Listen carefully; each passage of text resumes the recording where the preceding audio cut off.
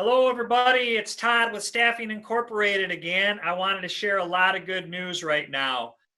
We've partnered with a local manufacturer that is being part of the solution during this COVID crisis, and they are helping our community make medical masks. They've reached out to us to be a partner with them, and we're looking to find people who want to be part of this.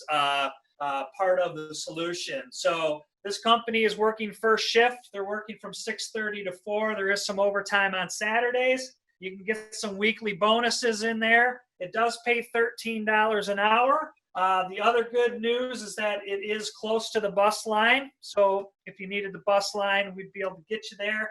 The company is located near the Woodland Mall. And really good news that there's 100 openings or more. So what we need you to do if you want to be part of this is to text us at 616-451-0511. Again, text us 616-451-0511 and let us know if you're interested in pursuing this opportunity.